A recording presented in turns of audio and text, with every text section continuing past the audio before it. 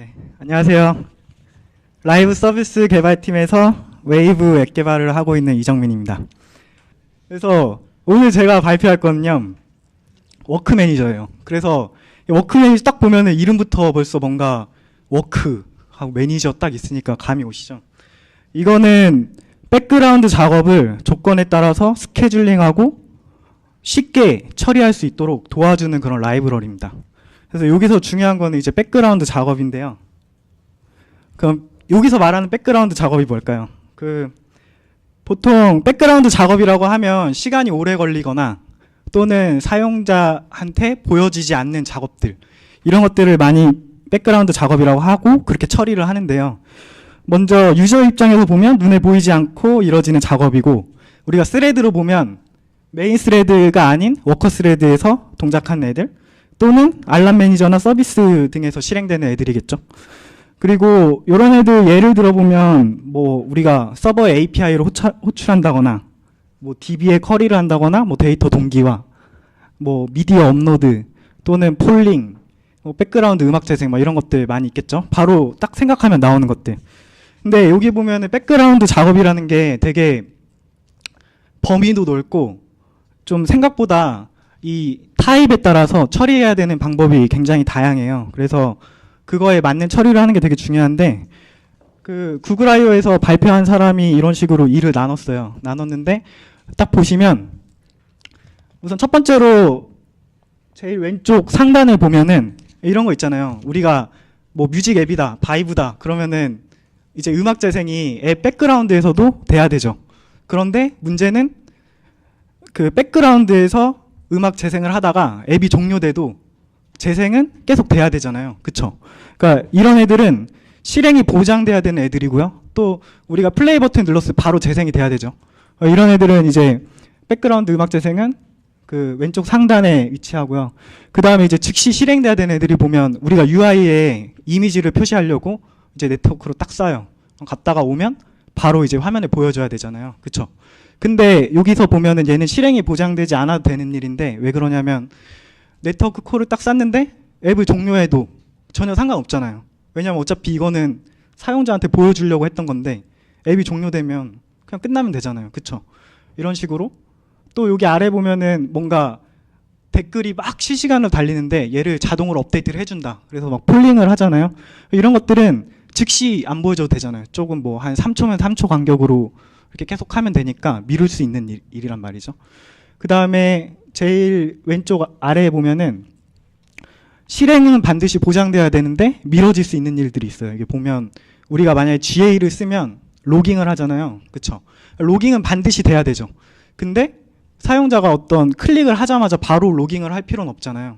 이런 애들이 딱 이 카테고리에 들어갑니다.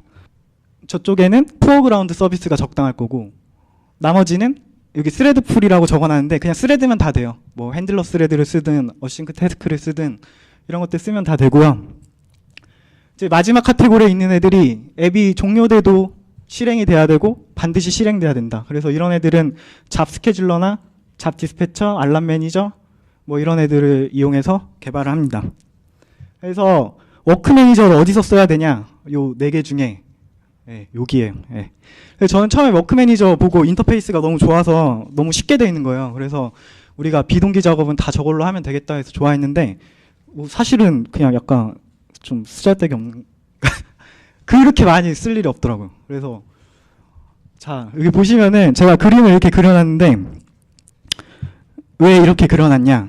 워크 매니저는 아까 제가 어떤 백그라운드 작업을 쉽게 해주는 라이브러리라고 했잖아요. 그래서 사실 얘가 직접 해주는 건 아니고 워크 매니저가 잡 스케줄러나 잡 디스패처, 알람 매니저 이런 애들을 가지고 백그라운드 작업을 해주는 거예요. 그 위에 이제 사용하기 쉽게 인터페이스를 얹어서.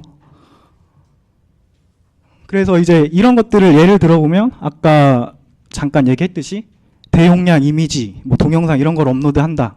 내가 만약에 엔드라이브를 개발한다. 그러면은 사진이나 동영상을 싱킹을 해야 되잖아요. 그쵸? 이런 애들은 반드시 이루어져야 되는데 좀 천천히 해도 되죠. 그 다음에 뭐 아까 말했듯이 로깅을 한다거나 뭐 이런 것들. 그래서 이제 워크 매니저가 뭔지 이제 구체적으로 알아볼 건데요. 일단은 대강 그림을 그려봤어요. 이런 식인데 이게 제가 원래는 딱 처음에 그림을 찾은 게 막 이런 거 있잖아요. 막 노예들 막 이렇게 있고 막 쇠사슬 있고 막 이렇게 막 나쁜 사람이 막 채찍질하고 막 이런 그림을 찾았는데 못 찾아서 그냥 대강 그렸어요. 근데 이것만 보면은 사실 잘 이해가 안 가실 건데 여기 예를 들어서 설명을 드리겠습니다. 우리가 만약에 어떤 이미지를 압축을 하고 이 이미지를 서버로 업로딩을 하는 작업을 이런 스펙이 들어왔다고 생각을 해볼게요. 그러면은 우리가 이거를 이제 스펙을 이제 정해야 될 건데 딱 보면은 첫 번째로 이미지 업로딩은 반드시 이미지 압축이 끝나야지 실행될 수 있잖아요. 그쵸? 그럼 우리가 여기서 생각할 수 있는 건 이 작업은 두 개의 일이 순차적으로 실행이 돼야 돼요. 이게 패러럴하게 실행이 될 수 없죠. 그다음에 이제 두 번째는 앱이 종료돼도 실행이 돼야 돼요. 뭐 이거는 이렇게 정했다고 합시다. 그 다음에 이미지 업로딩은 네트워크를 써야 되니까 당연히 네트워크가 연결이 돼 있을 때만 쓸 수 있겠죠. 그리고 이미지가 되게 많으면 배터리를 많이 쓸 수 있잖아요. 시간도 오래 걸리고. 그러면은 배터리 없으면은 죽어버릴 수 있으니까 뭐 저기 충전 중일 때만 이렇게 동작을 한다고 합시다. 그리고 마지막으로 이거 반복적으로 실행되는 일이 아니고 한 번만 하면 되는 일이죠. 자, 이거를 이제 좀 나눠볼게요. 다시 역할로. 나눠보면 할 일은 먼저 이미지를 압축하는 일, 그리고 업로딩 하는 일 이렇게 두 개로 생각할 수 있겠죠. 그리고 스케줄링은 순차적으로 해야 돼요. 패러럴하게 하는 게 아니고 순차적으로 하는 거고, 그 다음에 한 번만 실행하면 되고, 그 다음에 실행되는 조건은 네트워크를 사용할 수 있을 때, 그리고 충전 중일 때 이렇게 나눠봅시다. 그러면은 이거를 보면은 워크 매니저의 코어 클래스가 4개 정도가 있어요. 이걸로 이제 대치해서 생각해 볼 수가 있는데요. 먼저 일은 워커, 그리고 워커죠. 그래서 우리가 이미지 압축하는 작업, 그 다음 이미지 업로딩하는 거는 워커 클래스를 확장해서 만들면 돼요. 그리고 이제 실행 조건이 있는데 아까 보면은 네트워크가 사용 가능하고 그 다음에 충전 중일 때만 실행을 한다 이런 조건을 붙였죠. 이런 게 이제 실행 조건이 되고 이걸 컨스트레인트라고 해요.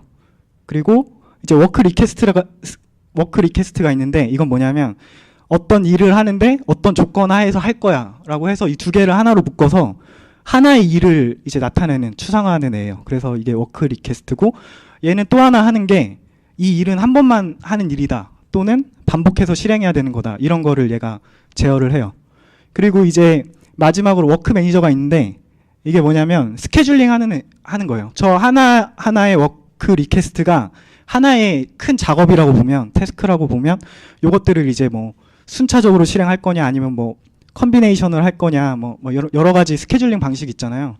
이런 것들을 관리를 하는 거죠. 그래서 딱 이거 보면은 뭔가 현실에 딱 와닿잖아요.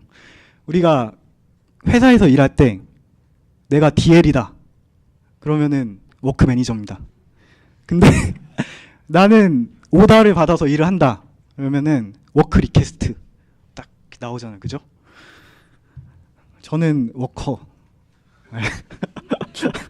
실행 조건은 뭐 월급 뭐 이런 거 막 주당 40시간 뭐 이런 게 딱 제 그 컨스트레인트인 거예요. 그죠? 그래서 이제 워크 리퀘스트가 나오면 이제 저기 보면은 워크 리퀘스트를 막 만들어요. 뭐 이미지 업로딩하는 거 뭐 압축하는 거 만들었죠.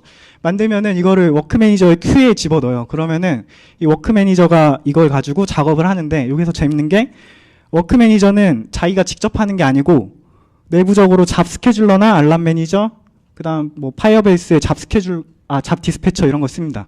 그리고 얘가 포어그라운드면 그냥 스레드를 써요. 그래서 요게 아까 기용님이 말씀하셨는데 뭐 우리가 이런 일들을 할 수 있는 건 많지만 보면은 우리가 하위 호환성이나 이런 거 다 챙겨야 되잖아요. 근데 이런 거예요. 워크 매니저가 일을 딱 하려고 하는데 잡 스케줄러 쓸 수 있어. 나 롤리팝 이상이야. 그럼 잡 스케줄러 쓰고 내가 파이어베이스 SDK가 마이그레이션 돼 있어. 그러면은 파이어베이스 잡 디스패처 쓰고 그다음 뭐 다 없다. 그럼 알람 매니저 쓰고 이런 거죠. 네, 그래서 이제 하나하나씩 이제 코드를 보면 이제 되게 빨라요. 이게 사실 가장 중요한 거고요. 워커는 진짜 간단해요. 그냥 워커 클래스를 하나 확장을 하고 저기 보면 두 워크 있죠. 쟤를 오버라이드 합니다. 그래서 여기다가 이제 내가 할 일을 적으면 돼요.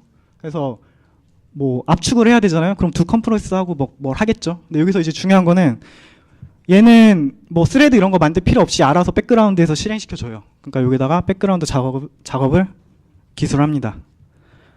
자, 그 다음에 이제는 조건을 걸고 싶으면 걸어주는데, 이 컨스트레인트를 만드는데 얘는 이제 빌더가 있어요. 그래서 빌더로 만들어주면 되는데 되게 간단해요. 빌더에서 set requires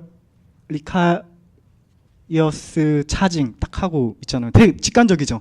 그러니까 충전 중일 때 또는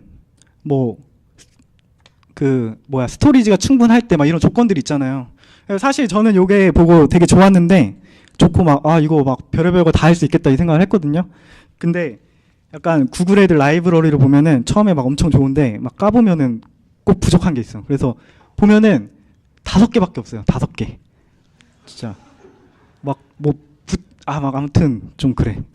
그래서 딱 보면은 이거 배터리 로우 이런 거 차징 이거 얼마나 쓰겠어요. 솔직히 엔드라이브 개발 안 하면 엔드라이브 개발하는 사람들 막 좋아할 건데 저는 쓸 게 없어가지고 그래서 아무튼 요거 있는데 추가될 수도 있고 좋아지겠죠. 컨스트레인트랑 워커를 만들었잖아요. 그럼 이걸 이제 하나의 워크 리퀘스트로 묶습니다. 묶는 건 되게 간단해요. 보면은 아까 워크 리퀘스트는 얘를 한 번만 실행할지 반복 실행할지를 같이 제어한다고 했잖아요. 그래서 내가 한 번만 실행할 거면 원타임 워크 리퀘스트 빌더를 쓰면 되고요. 여러 번 할 거면은 피리오딕 워크 리퀘스트 빌더를 쓰면 돼요. 되게 간단하죠? 그 다음에 저기 옆에 보면은 저기 제네릭 써놓는 자리에다가 컴프레스 워커 이렇게 넣었잖아요. 자기가 만든 워커를 기술을 하고 마지막으로 컨스트레인트가 있으면 저기다가 셋을 해줍니다. 하고 빌드를 딱 하면 워크 리퀘스트가 만들어져요. 자, 이제 워크 리퀘스트를 다 만들었잖아요. 그러니까 요 하나하나의 워크 리퀘스트가 태스크라고 보면 이제 얘네들을 워크 매니저한테 던져줘야지 워크 매니저가 실행을 시켜주겠죠. 그걸 이제 인큐라고 해요. 딱 이름을 보면 알겠지만 그 워크 매니저는 큐를 갖고 있고 이 큐에다가 워크 리퀘스트를 넣어놓고 얘가 스케줄링을 하겠죠. 그래서 되게 간단합니다. 여기 보면 워크 매니저.get 인스턴스 한 다음에 인큐하면 끝이에요. 간단하죠? 그리고 이제 보통 이런 게 있어요. 이게 아까 전에는 앱이 종료돼도 실행되고 막 이런 얘기를 했지만 사실 앱이 실행되는 도중에 또 얘가 동작을 할 수 있잖아요. 그럼 당연히 어떤 일의 진행 상태를 알고 싶을 수가 있어요. 내가 프로그레스바 막 돌렸다가 막 없애주고 이런 거 해야 될 거잖아요. 그러려면 되게 간단해요. 이것도. 워크 리퀘스트는 자동으로 아이디가 생성이 돼서 만들면 아이디가 있거든요. 그게 그냥 UUID로 내부적으로 만들어지는데 그런 거는 다 알 필요 없고 저기 보면은 get status by ID 있죠. 거기다가 워크 리퀘스트.id를 딱 하면 뭘 리턴하냐면 저기 라이브 데이터를 리턴을 해줘요. 라이브 데이터는 아키텍처 컴포넌트 이렇게 아시는 분들 아시겠지만 별거 아니에요. 저 라이브 데이터 보면 오른쪽에 워크 스테이터스라고 나오죠. 이 라이브 데이터는 저 왼쪽에 있는 워크 스테이터스가 변경이 되면 옵저버로 알려줘요. 되게 간단한 애예요. 근데 대신 언제 알려주냐? 그 라이프 사이클을 갖고 있는 애가 액티브 할 때만. 그러니까 내가 액티비티나 프래그먼트가 액티브 할 때만 저기 보면 옵저브를 하고 콜백이 있잖아요. 저게 호출이 돼요. 그래서 왜 이렇게 하냐? 안드로이드 개발할 때 제일 많이 하는 게 그거잖아요. 비동기로 뭔가 작업하고 이제 얘가 끝났을 때 UI를 업데이트 쳐주는데 액티비티나 프래그먼트는 이미 날라갔어. 뷰는 없어. 그럼 다 죽잖아요. 그래서 이거 쉽게 하려고 저렇게 해주는 거예요. 그래서 저기서 이제 UI 업데이트 해주면 되고요. 결과는 워크 스테이터스를 보면은 6개가 있어요. 딱 6개 보면 딱 눈에 보이잖아요. 첫 번째로 인큐드는 큐에는 들어갔지만 실행이 안 된 거고, 러닝은 실행 중인 거고, 석시드는 성공한 거고, 페이드는 실패한 거고, 블락드는 실행하고 싶은데 앞에가 지금 실행되고 있어서 못 되는 거고, 캔슬드는 취소한 거. 그죠? 아, 그리고 여기 앞에 제가 지금 까먹고 설명 안 한 게 있는데, 여기 보면은 워커에서 보면은 저기 보면 리턴을 할 때 저기 보면 워커.result.success를 하잖아요. 요게 좀 하나 중요한데, 내가 만약에 실패했을 때 워커 리퀘스트 리트라이를 하면은 재시도를 해요. 이건 왜 있냐면 내가 아까 컨스트레인트를 뭐 네트워크가 돼 있을 때 얘를 실행시켜 주세요라고 했는데 뭐 하다가 작업은 얼마든지 실패할 수 있잖아요. 근데 실패했는데 얘가 반드시 돼야 되는 애다. 그러면은 실패했을 때 리턴을 리트라이를 줘요. 그러면은 얘가 나중에 다시 네트워크가 뭐 연결이 되고 뭐 상황이 괜찮아졌을 때 다시 실행을 시켜줍니다.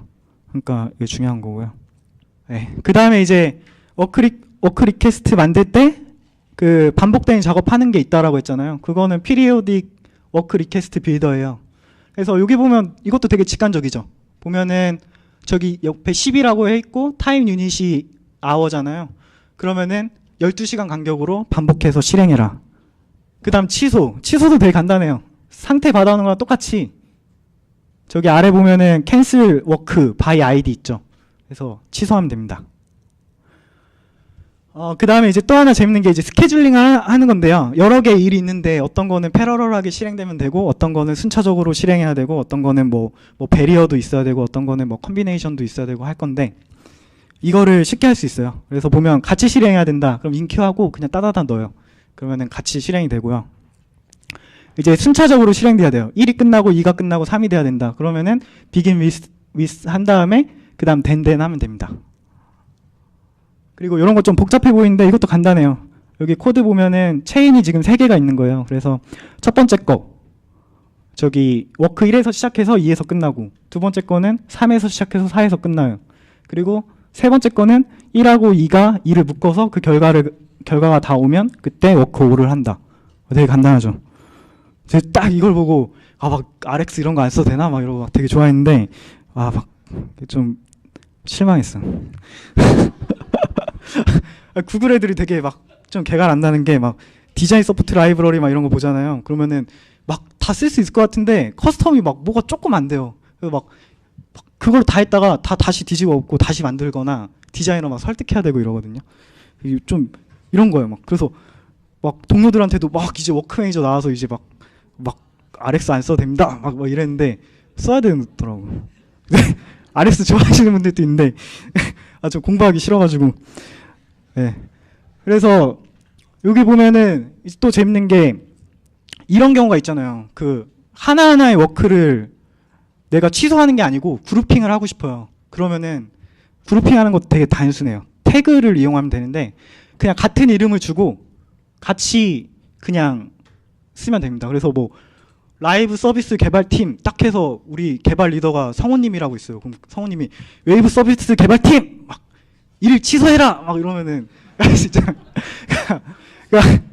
저기 그 이정민 개발자 딱 해서 점 애드 태그 한 다음에 웨이브 앱 개발 딱 하고 뭐 김태원 개발자 딱 하고 애드 태그 한 다음에 저기 웨이브 개발 딱 하고 이제 저거 캔슬하는 거죠. 그러면은 저희 보면 캔슬 올 워크 바이 태그 막 이런 거 있잖아요. 캔슬해야 되고 스테이터스도 다 받을 수 있어요. 저 딱 받아서 누가 일을 제일 빨리 하나 막 이런 거 보잖아요. 막 이정민이 막 연봉도 저기 김태원이보다 많이 받는데 일은 더 느리네 막 이런 거 이제 막 할 수 있는 거예요. 그래서 이런 것도 할 수 있고, 네, 이제 거의 끝났는데 일단은 다루지 못한 거는 요 워크 리퀘스트 간에 데이터를 주고받을 수가 있어요. 그럼 아까 뭐 순차적으로 실행돼야 되는 애들 이런 거 있잖아요. 그죠? 당연히 이런 시나리오에서는 앞에 있는 애가 뭐 한 거를 받아서 뒤에 있는 애가 뭘 한다 이런 거 있잖아요. 이런 거 할 수 있어요. 간단한데 뭐 저희 못 넣었어요. 넣었으면은 시간 초과했을 것 같아. 그래서 뺐고. 그래서 제가 전달하고 싶었던 거는요. 이게 상세 리뷰가 아니고 사실은 간단한 리뷰고요.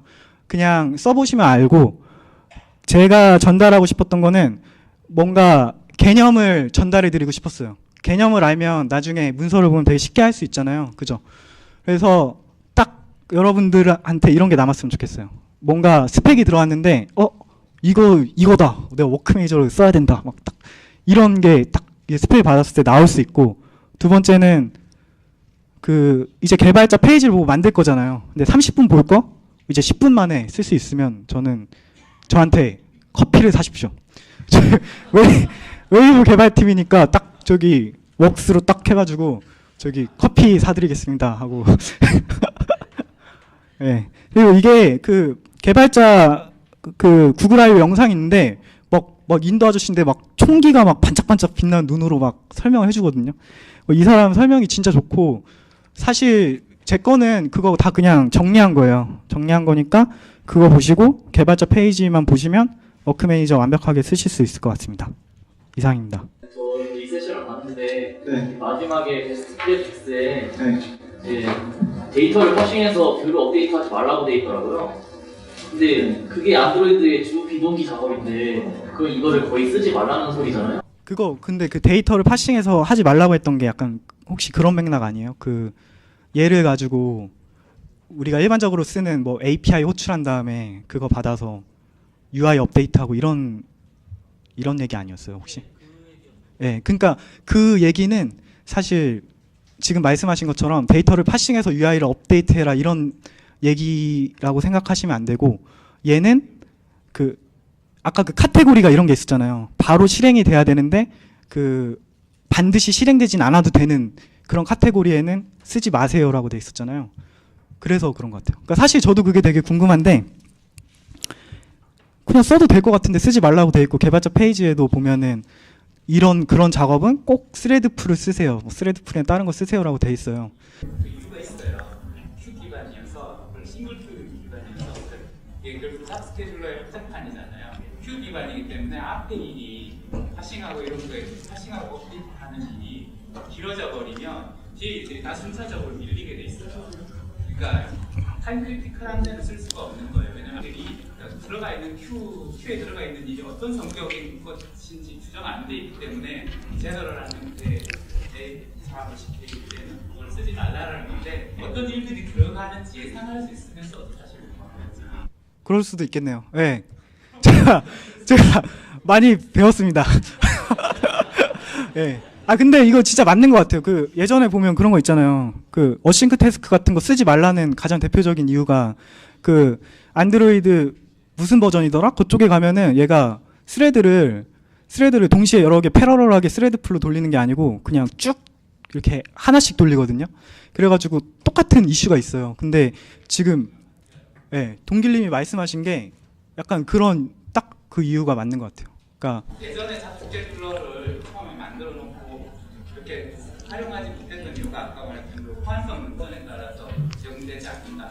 그다음에 그 시퀀셜하게 일이 수행되기 때문에 빨리 수행해야 될 때는 이걸 쓸 수가 없다. 이거였고 그 문제는 그 이슈는 여전히 있다라고 얘기하는 거예요. 근데 사실 제가 개인적으로 생각할 때는 그럼에도 불구하고 쓸 수 있을 것 같기도 한 게 저거를 보면은 내가 포어그라운드에 있으면은 저거를 잡스케줄러나 이런 걸 안 쓰고 바로 그냥 스레드 이용해서 그냥 실행시킨다고 돼 있거든요.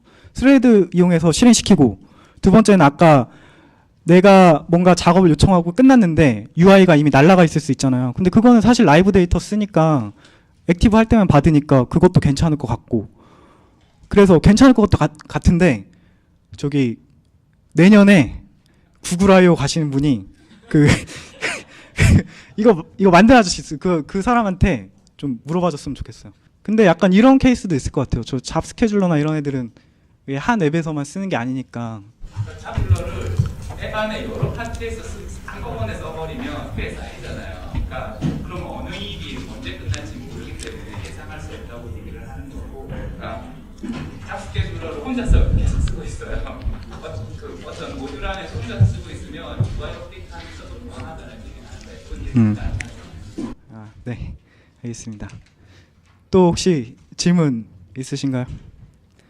네, 네, 감사합니다.